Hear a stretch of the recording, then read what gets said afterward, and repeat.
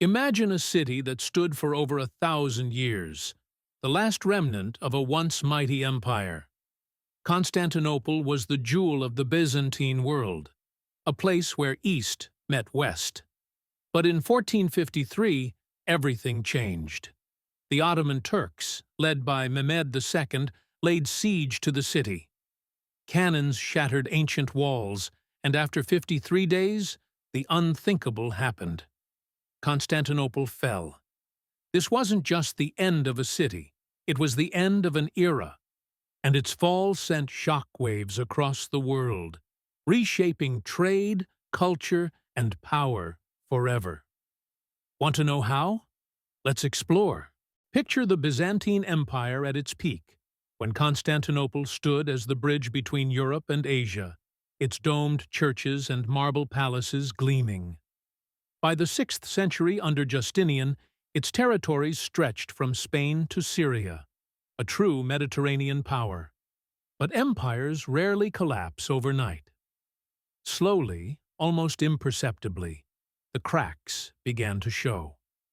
First came the Persian Wars in the early 7th century, draining the treasury and manpower. Then the lightning rise of Islam swept away Byzantine Egypt and the Levant, regions that had supplied grain and taxes for centuries. The empire adapted, becoming smaller but more compact, focusing on Anatolia and the Balkans. Yet each crisis left it weaker. By the 11th century, Turkish tribes were chipping away at the eastern frontiers, while Normans seized southern Italy. Money grew tight. The gold coinage, once the standard of Mediterranean trade, lost its purity. Trade routes shifted, and Venetian merchants increasingly dominated commerce. The empire could no longer afford a large standing army, relying instead on mercenaries who sometimes turned against their paymasters. Political infighting made things worse. Nobles schemed for the throne, while provincial governors acted like independent rulers. Religious divisions deepened the crisis. Arguments over theology pitted Constantinople against Rome, culminating in the Great Schism of 1054. When crusaders passed through Byzantine lands, tensions flared. In 1204, these tensions exploded. The Fourth Crusade sacked Constantinople itself, carving the empire into feudal states. Though Byzantines retook the city in 1261, the damage was permanent. The palaces lay looted, the economy ruined. By 1400, the empire was a ghost of its former self. The Ottoman Turks controlled most of Anatolia and were advancing through the Balkans. Constantinople, once the heart of a vast empire, was now an isolated city-state surrounded by enemies. Its population had dwindled from nearly 1 million to fewer than 50,000. Farmers tilled empty plots inside the walls where neighborhoods once stood. The emperors became supplicants, begging Europe for help that rarely came. They agreed to church reunification with Rome, hoping for military aid, but it only alienated their own people.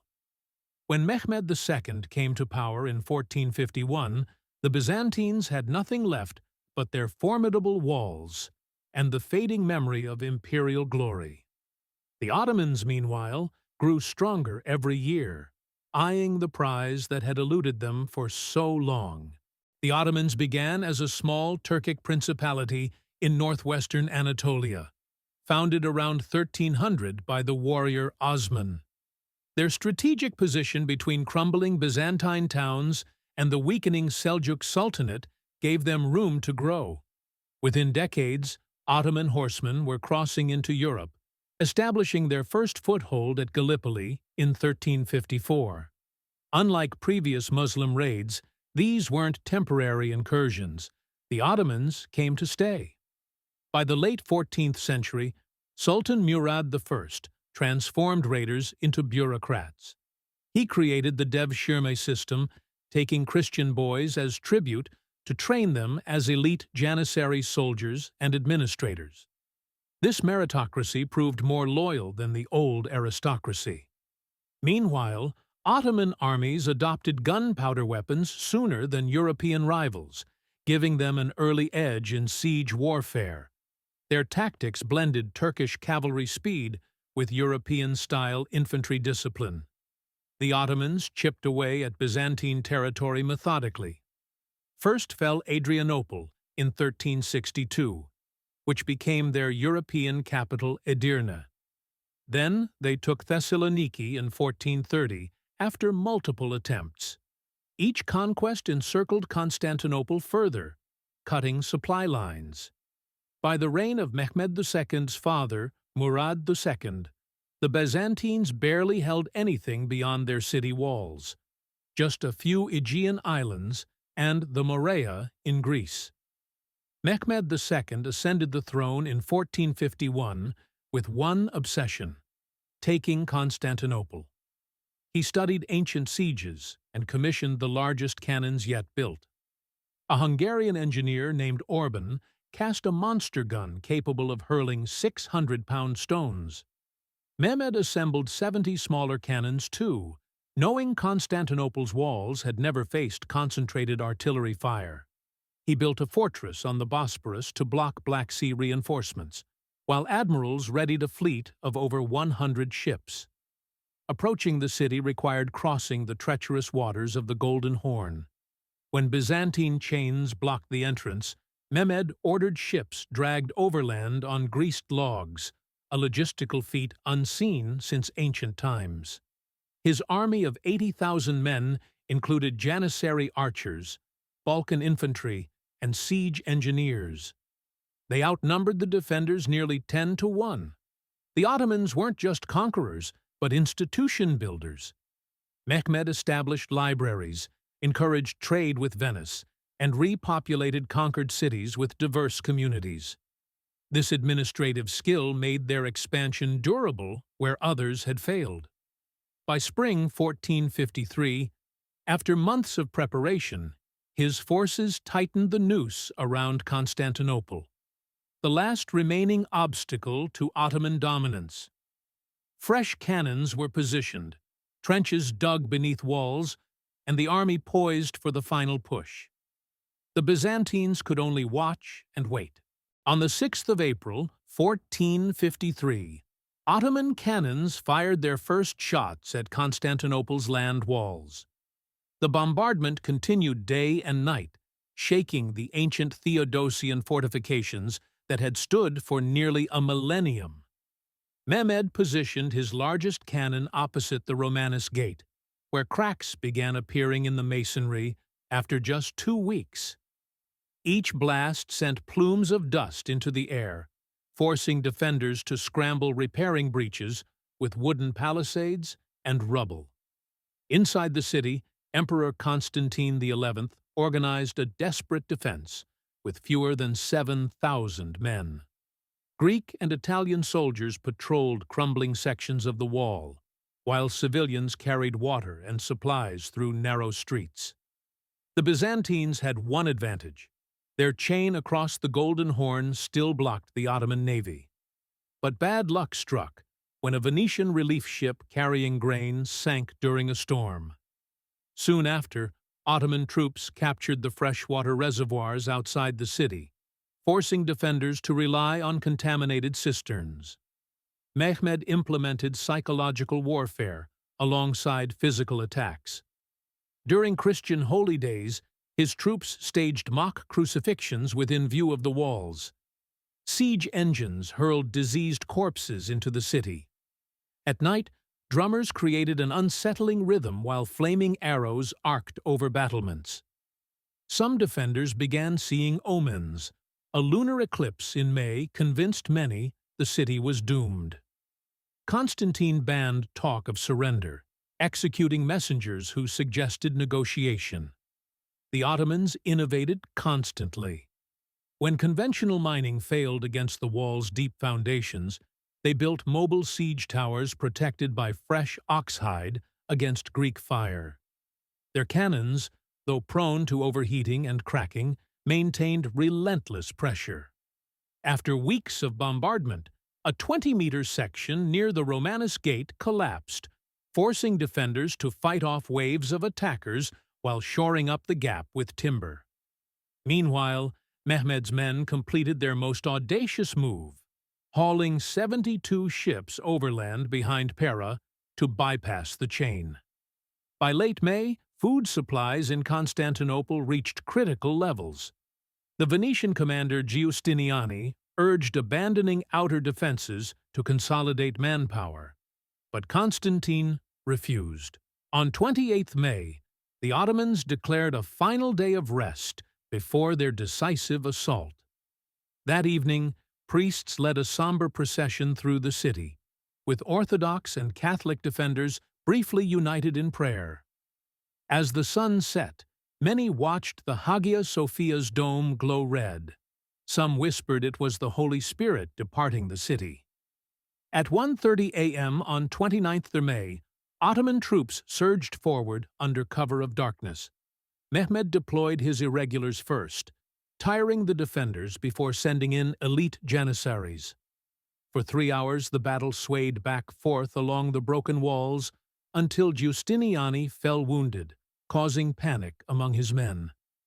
As Ottoman flags appeared on inner fortifications, morale collapsed.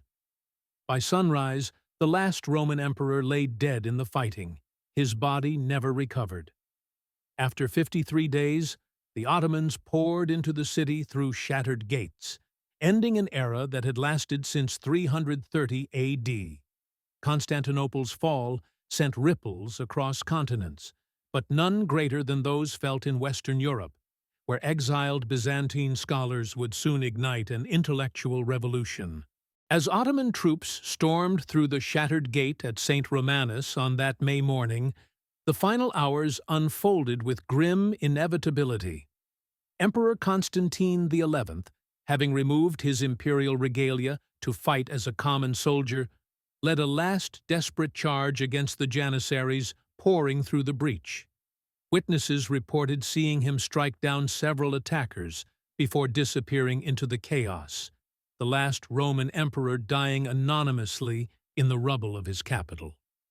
Around him, Venetian and Genoese mercenaries fought retreating actions through narrow streets, making bloody stands at crossroads as civilians fled toward the Golden Horn. The sack followed predictable patterns of medieval warfare. For 3 days, soldiers plundered houses, churches, and palaces. They stripped marble facades for booty, melted sacred vessels, and burned ancient manuscripts for fuel. The Hagia Sophia became the scene of particular desecration. Cavalry horses tethered beneath its golden mosaics as worshippers were dragged away in chains.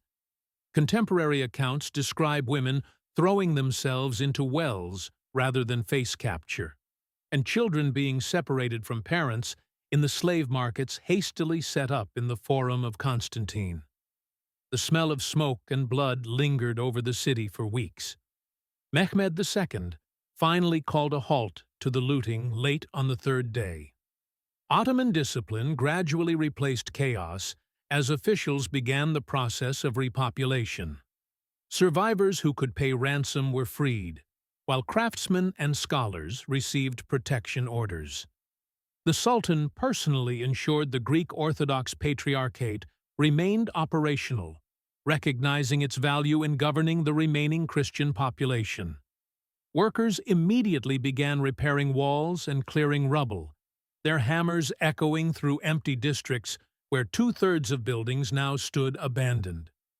Food shortages became critical in those first months. The Ottoman administration imported grain from Anatolia while offering tax exemptions to families willing to resettle in the city. Former Byzantine aristocrats found work as translators and bureaucrats, their knowledge of multiple languages proving valuable in the new administration. Turkish, Greek, Armenian, and Italian voices blended in marketplaces where merchants cautiously resumed trade under the watch of Ottoman garrison troops. Within a year, Constantinople, now increasingly called Istanbul, began its transformation. The Hagia Sophia became a mosque, its Christian icons covered by whitewash, rather than destroyed. New minarets rose alongside still-standing Byzantine churches, their bells now silent, but their congregations tolerated under Ottoman law. Mehmed commissioned palaces and mosques to surpass the old imperial buildings, importing craftsmen from across his expanding empire. The Grand Bazaar took shape where Byzantine forums once stood, its labyrinth of stalls marking the shift from imperial capital to thriving commercial hub. By 1455, coins minted in the city bore Mehmed's tugra, rather than the double-headed eagle of Byzantium. The rhythms of Islamic prayer calls replaced the chants of Orthodox services in public spaces.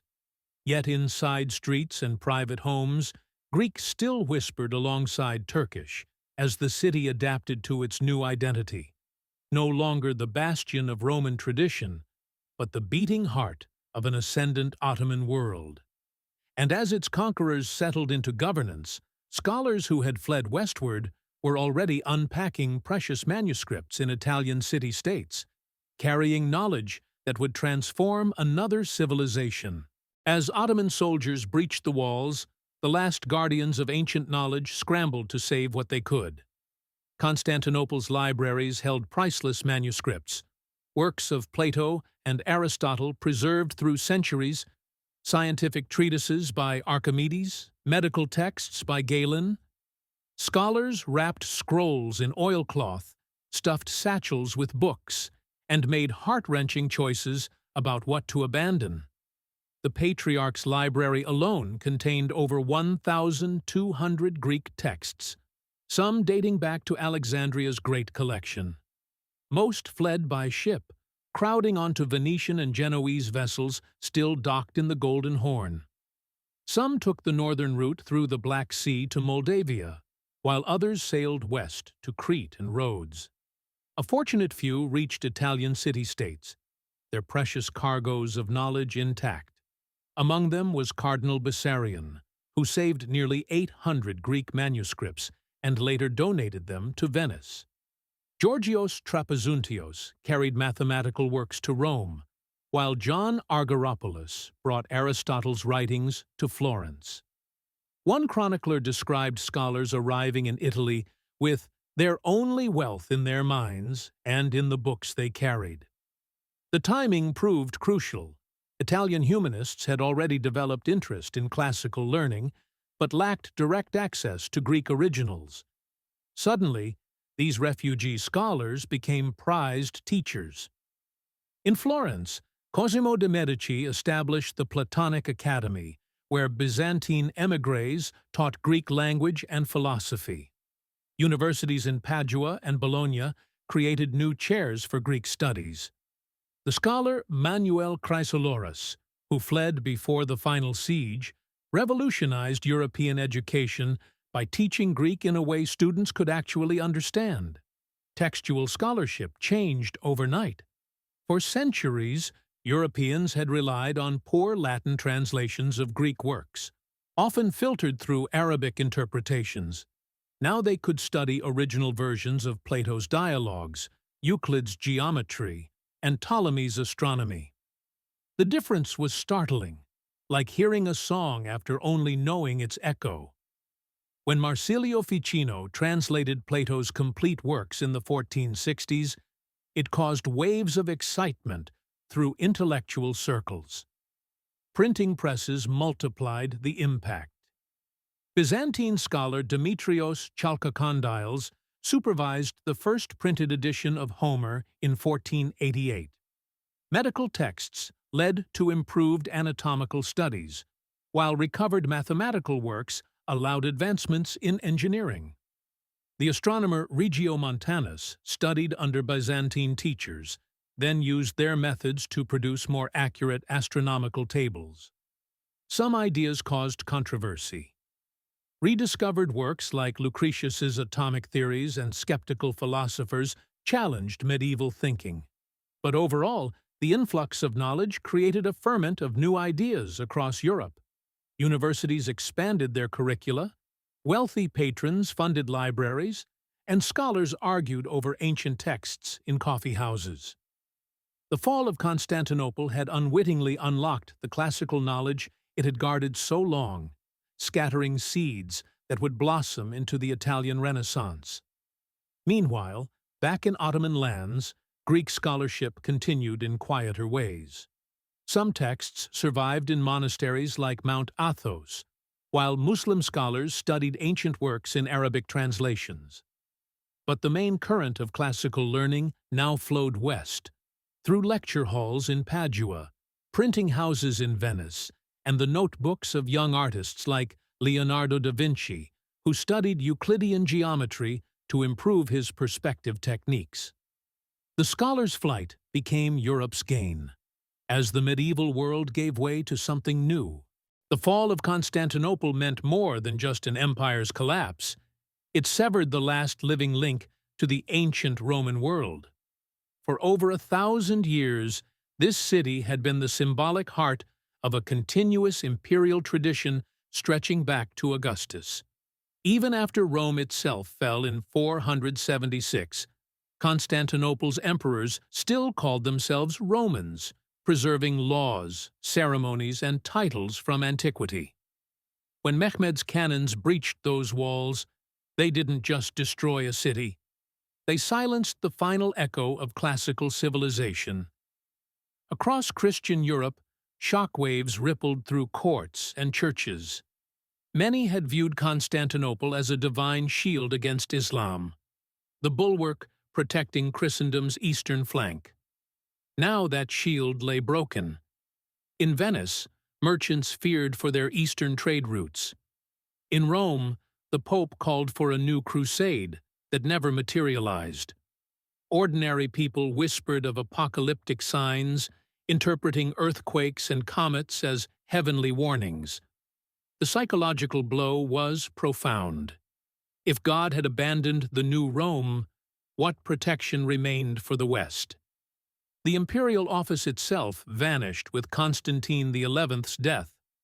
No Byzantine successor ever reclaimed the throne, ending an unbroken line that technically stretched back 1,480 years to Julius Caesar. European rulers still borrowed Roman titles, but now they were empty gestures without Constantinople's living tradition. The Holy Roman Empire in Germany continued, but its claim seemed hollow next to the concrete legacy Mehmed now controlled: the actual palaces, churches, and archives of Roman rule.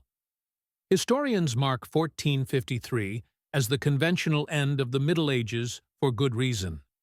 Medieval Europe had defined itself in relation to Byzantium, through trade, crusades, and theological disputes. With that counterweight gone, Western civilization pivoted in new directions. The Renaissance was already budding in Italy, but the influx of Byzantine scholars accelerated it. The Age of Exploration soon followed, driven partly by the need to bypass Ottoman-controlled trade routes. Even the Protestant Reformation owed something to this shift, as Byzantine-educated humanists began critically examining religious texts. Yet the change ran deeper than politics or economics. The medieval mindset itself faded. People stopped thinking of Constantinople as the inevitable second capital of Christendom. Instead, they began imagining alternative futures, worlds where human achievement might surpass antiquity rather than merely preserve it. The printing press, already spreading through Europe, ensured classical knowledge would never again be concentrated in one vulnerable city. Oddly, Mehmed understood what he'd ended. He styled himself Kaiser-i-Rum, Caesar of Rome, and preserved Byzantine administrative practices. But the continuity existed only in Ottoman terms. The living thread connecting modern rulers to ancient traditions had snapped. Western Europe, paradoxically, became the heir to Rome's legacy precisely by losing its physical connection to it. No longer bound by Byzantine orthodoxy, scholars could reinterpret classical ideas freely. The Mediterranean world had rearranged itself around a new center, and while Istanbul thrived as an Ottoman capital, Its fall marked the true beginning of Europe's transformation. The stage was set for an age of exploration, innovation, and rebirth, all sparked, ironically, by an empire's collapse. Picture the intricate web of trade routes that once connected Constantinople to Europe and Asia. For centuries, the city served as the vital crossroads where silk from China, spices from India, and precious metals from the West changed hands. Byzantine merchants controlled these flowing currents of commerce, charging tariffs that filled imperial coffers while keeping goods moving smoothly between civilizations. Then, the Ottoman conquest tightened its grip on this system. Where Byzantine rulers had maintained open trade policies, the new regime introduced heavier taxes and more restrictions. Turkish officials now demanded higher payments from European merchants for safe passage through the Bosporus. Goods that once traveled freely faced new scrutiny, delays, and unpredictable levies. The price of Eastern luxuries in Venice or Genoa began to climb dramatically as middlemen passed these costs along the supply chain. Imagine a Venetian spice trader in 1460 calculating how much more he must charge for pepper that had passed through Ottoman-controlled territories. Where a sack might have cost 10 ducats before the fall, it now demanded 30 or more. European customers faced sudden scarcity of silks, dyes, and precious stones they'd come to depend upon. This wasn't just an economic inconvenience. It threatened entire industries that had grown around processing and selling Eastern goods. The shockwaves reached beyond marketplaces. European rulers recognized their dangerous dependence on Ottoman-controlled routes. Portuguese nobles studying maps in Sagres began whispering about alternative paths to the Indies. Venetian shipbuilders experimented with larger vessels capable of longer voyages. There was gold to be made by anyone who could bypass the stranglehold on traditional overland routes. By the 1480s, these pressures coalesced into concerted efforts to find new ways east. The Portuguese pushed relentlessly down the African coast, while Spanish captains contemplated riskier westward routes. What began as a desperate search for trade workarounds would ultimately redraw the world map. The caravels that later rounded the Cape of Good Hope or crossed the Atlantic carried with them the lingering economic aftershocks of Constantinople's fall. This shift didn't happen overnight, but each Ottoman tax hike and route restriction added momentum to Europe's maritime ambitions. The old trade networks hadn't disappeared entirely. Venice would continue negotiating with Istanbul for decades, but the incentive to bypass them altogether grew ever stronger. Merchants who once relied on Byzantine intermediaries now dreamed of dealing directly with producers in India or China. The age of exploration didn't begin solely because of the Ottoman conquest, but the economic pressures it created accelerated European efforts to find alternatives. Prince Henry the Navigator's School for Sailors, previously a curious intellectual project, gained new urgency as Portuguese traders sought unimpeded access to African gold. Columbus's famous voyage proposal, rejected by several courts for being too speculative, suddenly made financial sense to Spanish backers frustrated by Eastern trade barriers. Consider how many pivotal journeys might have been delayed or never attempted if the established trade routes had remained accessible and affordable. The closing of one commercial gateway forced open several new ones, with consequences reaching far beyond 15th-century economics. Those searching for spices inadvertently found continents, transforming global connections in ways no one could have predicted when Constantinople's walls first fell. Imagine Portuguese caravels cutting through Atlantic swells in the late 1400s, their sails straining against winds that might carry them around Africa. These ships represented Europe's growing desperation to reach Asia without Ottoman interference. Where merchants once relied on predictable overland routes through Constantinople, They now gambled on uncharted sea lanes, where storms, unfamiliar currents, and hostile coasts could doom entire expeditions. Portugal led this westward push under Prince Henry the Navigator's calculated vision. His school at Sagres became a hub for mapmakers, shipwrights, and astronomers pooling knowledge. They improved the caravel's design, sleeker hulls for speed, triangular lateen sails for maneuvering against headwinds. Navigators mastered the astrolabe and quadrant, measuring star angles to estimate latitude.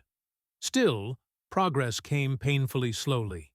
It took Portuguese sailors until 1488 just to round Africa's southern tip, battling contrary currents and scurvy along the way. Spain's efforts followed a different gamble. Where Portugal inched down Africa's coast, Italian navigator Christopher Columbus proposed sailing directly west to reach the East Indies. Contemporaries knew Earth was round, but disputed his calculations about its size. Most experts rightly suspected Asia lay much farther than Columbus claimed. Yet Spanish monarchs, frustrated by Portugal's African monopoly and Ottoman trade barriers, finally funded his risky 1492 voyage. The logistical challenges were staggering. Ships carried only months of provisions, no guarantee of resupply in open ocean. Crews mutinied when land failed to appear. Columbus himself likely never grasped his true achievement. He insisted Cuba was Japan and died believing he'd reached Asia. But others soon recognized these new lands as something wholly unexpected, continents blocking westward passage to the Indies. Technology made these journeys possible beyond political will. Advances like the sternpost rudder improved steering, while multiple masts allowed ships to harness varying winds. Shipboard compasses kept vague course headings accurate within about 11 degrees, barely sufficient for transatlantic crossings. Sailors learned to interpret ocean swells and bird flight patterns as navigational aids, where coastal landmarks disappeared. Ironically, the Ottomans inadvertently helped fund this European expansion. Gold from West Africa, partly accessed via new Portuguese sea routes, financed more voyages. Spanish conquests in the Americas later yielded silver that flowed back through Ottoman territories anyway, albeit under European terms. The trade dynamics Constantinople once controlled had spiraled beyond anyone's predictions. By 1500, maps were redrawn at dizzying speed. Portuguese explorer Pedro Álvares Cabral accidentally discovered Brazil while attempting to follow Vasco da Gama's Indian Ocean route. Later, Magellan's expedition would circumnavigate the globe, proving the Earth's vastness beyond medieval imaginations. Each voyage stemmed partly from that original catalyst, the need to circumvent Ottoman-controlled routes after Constantinople's fall. Those creaking wooden ships carried more than just spices and silver. They carried a fundamental shift in how Europe engaged with the world, no longer waiting for Eastern goods to come to them, but aggressively seeking new pathways, however dangerous. The discovery of America wasn't their intended destination, but rather the unintended consequence of a trade crisis sparked years earlier when Constantinople's gates first groaned under Ottoman cannons. Before the fall of Constantinople, Europe's political landscape had remained relatively stable for centuries. The Byzantine Empire served as a buffer between Christian Europe and Eastern powers, while Italian city-states like Venice and Genoa dominated Mediterranean trade. The Holy Roman Empire claimed authority over much of Central Europe, often clashing with the papacy but maintaining a fragile balance. Nations tended to focus on local disputes rather than grand alliances. England and France locked in the Hundred Years' War, while Spain remained fragmented between Christian kingdoms and the fading Muslim presence in Granada. The Ottoman conquest shattered this equilibrium overnight. Suddenly, a powerful Muslim empire controlled the Bosporus Strait, threatening both trade routes and territorial security. Venice and Hungary hastily formed defensive pacts, remembering how Ottoman raids had reached as far as Croatia decades earlier. The Pope called for crusades, but rulers were preoccupied with internal conflicts, France recovering from war, Spain completing its Reconquista. Only fragmented resistance slowed Ottoman expansion into the Balkans. By 1521, they took Belgrade. By 1526, they crushed Hungary at Mohacs. Vienna itself barely withstood sieges in 1529 and 1532. New powers arose from this instability. Spain unified under Ferdinand and Isabella in 1492. Suddenly wealthy from American silver, yet still vulnerable to Ottoman naval raids along its coasts. Portugal poured resources into its growing maritime empire, prioritizing African and Asian trade over Mediterranean struggles. In Northern Europe, small states like the Netherlands gained importance as alternative trading hubs when traditional routes became unreliable. Even Russia began asserting itself as the Third Rome, claiming Byzantine religious and cultural heritage through Ivan the Great's marriage to a Byzantine princess's niece. The Mediterranean became a contested zone rather than a connecting sea. Ottoman fleets clashed with Spanish and Italian ships at battles like Preveza in 1538. Barbary corsairs, operating with Ottoman backing, raided coastal towns from Sicily to Cornwall, taking thousands of European captives. These tensions lasted centuries. The Knights Hospitaller only left Malta in 1798, long after Constantinople's fall. Yet paradoxically, commerce continued where politics failed. Venetian merchants still traded in Istanbul, paying higher tariffs, but maintaining fragile business ties that kept goods flowing. Looking eastward, the Ottoman Empire solidified its position as a world power. Controlling Mecca and Medina gave it religious authority over the Muslim world, while its armies pushed into Persia and Arabia. Istanbul became a cosmopolitan hub where Persian poets, Greek sailors, and Jewish bankers all contributed to a thriving economy. Unlike earlier Islamic empires, the Ottomans maintained this strength for centuries, their decline only becoming apparent by the late 1600s. Back in Europe, the shifting balance eroded old feudal structures. Kings built stronger central governments to fund standing armies against Ottoman threats. Tax systems became more efficient, bureaucracies more professional. The seeds of modern nation-states were taking root in this climate of constant tension. When diplomatic envoys finally established semi-permanent embassies in Istanbul by the 1500s, it marked a new era of international relations, one where the Ottoman Empire was accepted as a fixture of global politics rather than a temporary menace. The world would never again revolve around a single imperial city, as it had with Constantinople. Power dispersed across continents, carried by Spanish galleons, Dutch merchant fleets, and Ottoman administrative networks. This decentralized system, born from necessity after 1453, eventually shaped the multipolar world we recognize today. As nations adjusted to the Ottoman presence, they unknowingly laid foundations for modern diplomacy, trade relations, and even colonial empires. The Mediterranean remained contested, but new theaters of power had emerged far beyond its ancient shores. Picture Constantinople in the years after its fall, where Greek church bells now competed with the muezzin's call to prayer. The city had always been a meeting point of cultures, but under Ottoman rule, this blending intensified. Greek architects worked alongside Persian tile makers. Italian merchants traded with Arab spice dealers in the Grand Bazaar's vaulted corridors. A Jewish doctor from Spain might treat a Turkish pasha, using medical knowledge preserved in Arabic texts.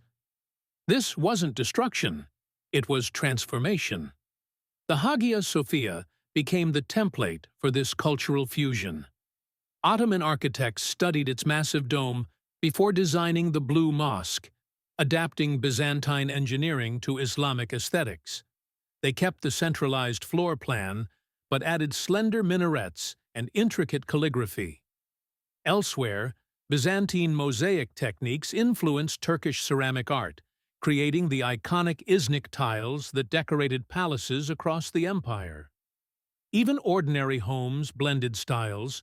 Wooden Ottoman mansions borrowed the overhanging upper floors of Venetian architecture. In the sciences, Constantinople's libraries became treasure troves for Ottoman scholars. Works by Galen and Hippocrates, translated centuries earlier into Arabic, now circulated alongside new Ottoman medical texts. The city's hospitals continued operating, combining Greek diagnostic methods with herbal remedies from Central Asia. Astronomers used Byzantine star charts to refine navigation tables for Ottoman ships. This exchange wasn't one-sided.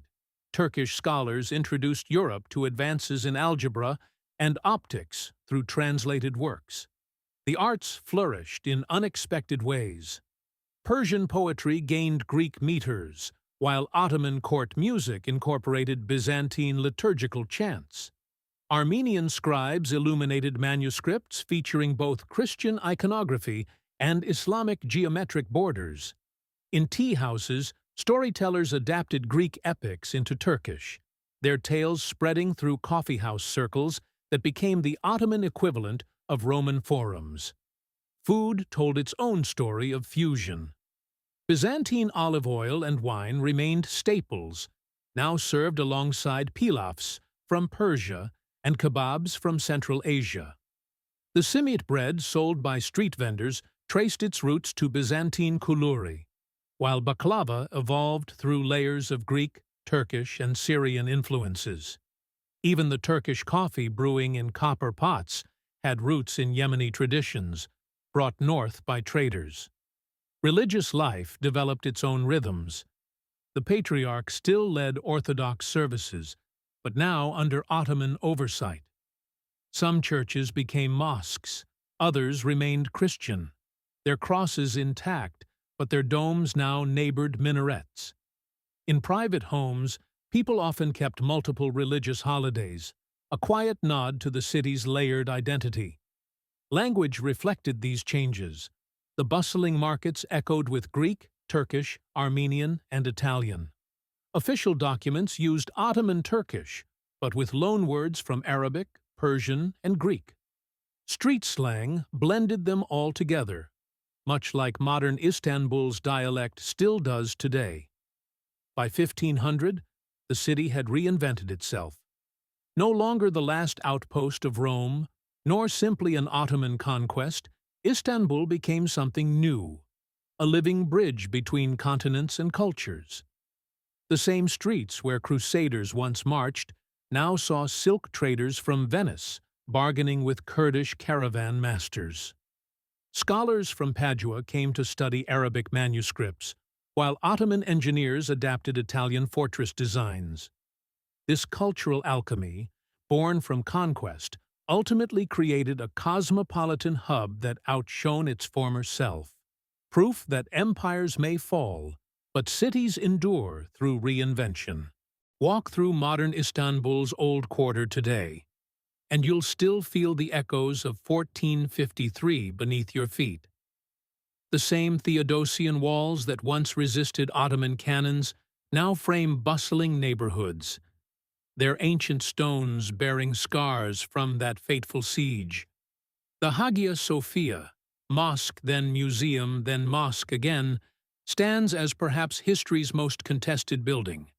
Its Christian mosaics still gleaming beneath Islamic calligraphy after 6 centuries. This city remembers. East-west tensions still ripple outward from these streets. Many Orthodox Christians view the fall as an unhealed wound, commemorating each May 29th with mourning hymns. Geopolitical fault lines trace back to the Ottoman expansion, Russia's claim as Third Rome, Western suspicions of Turkish ambitions, even modern debates over EU membership. The Bosphorus remains the world's most strategic waterway, with tankers carrying Russian oil through the same strait Mehmed once blockaded. Cultural blends endure in unexpected ways.